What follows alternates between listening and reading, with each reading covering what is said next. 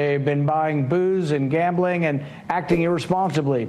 Do you give them now a credit card that has a $10,000 debt limit, or do you restrict their debt limit? So I think we should put rules and strictures, try to control the spending of Congress by maybe increasing the debt ceiling for a few months, and then see if they can act in appropriate adult fashion to control spending, and then we have the discussion again every 3 months. But what they're You want to raise the debt ceiling every 3 months? You want to have a fight over this every 3 months? You want to amend the budget bill every 3 months? It's so cool how in America, the people who are most concerned about our deficit spending are the ones who want the biggest tax cuts. And the people who want to raise taxes aren't concerned about the deficit spending. That's so cool. I love that for us. give them. Is this applicable? Liz Warren came out, Elizabeth Warren, she wants to get rid of the debt ceiling. President Trump agrees with her. Is this applicable, and would it appease you, or am I misinterpreting the fundamentals of the debt? Why would he wait? Were you listening? Why would he be happy with that? Why would he be happy with that? Why would he just said he wants to argue about the debt ceiling every 3 months? This is the opposite. This gets rid of it entirely. Ceiling, what it is. Well, it's sort of the opposite of what I want. They don't ever want to vote on the debt ceiling, and I want to vote on it every 3 months.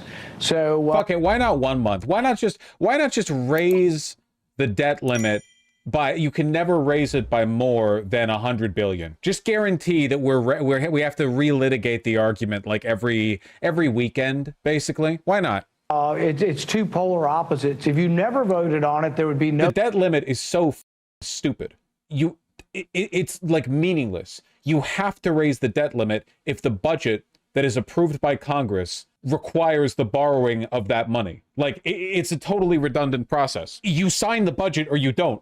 Whether or not you hit the debt limit is determined by the budget that you already signed into law. Like, there's no reason to do both. You implicitly raise the debt limit when you sign into law the budget bill that requires you to later raise the debt limit. There's no reason to do it twice. No leverage to tell the people borrowing and spending the money they're doing a bad job. It's an inflection point. It's a point of leverage. It's a point of time for debate. They go together, don't they? No, they often don't. Often, the Congress will write and pass a bill, and it'll be signed into law, and it's a budget bill saying you can spend this much, and by spending this much, you are guaranteed to incur this much debt. But the debt limit is below the amount that you need to borrow in order to fulfill the budget, which you legally have to do.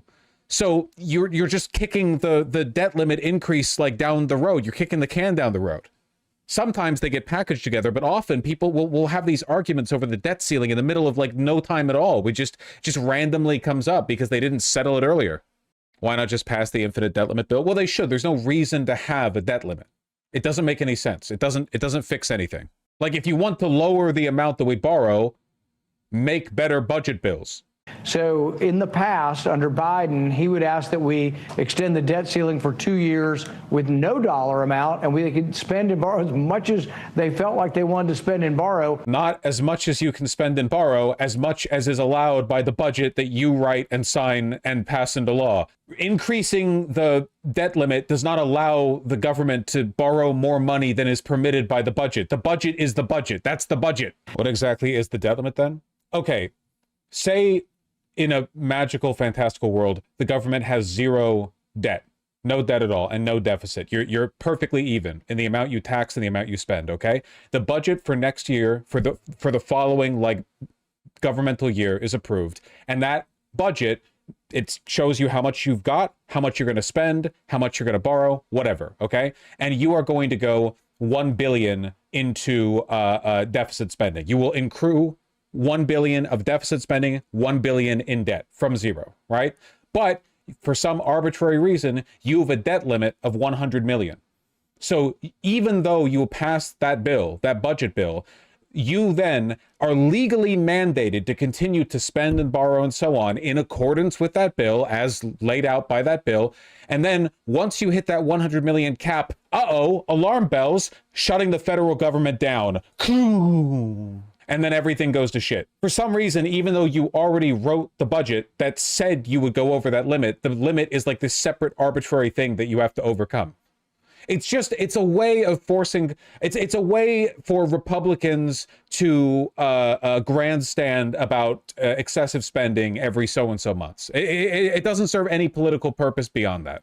I'll vote to make the tax cuts permanent. I was for them before. I'm still for them.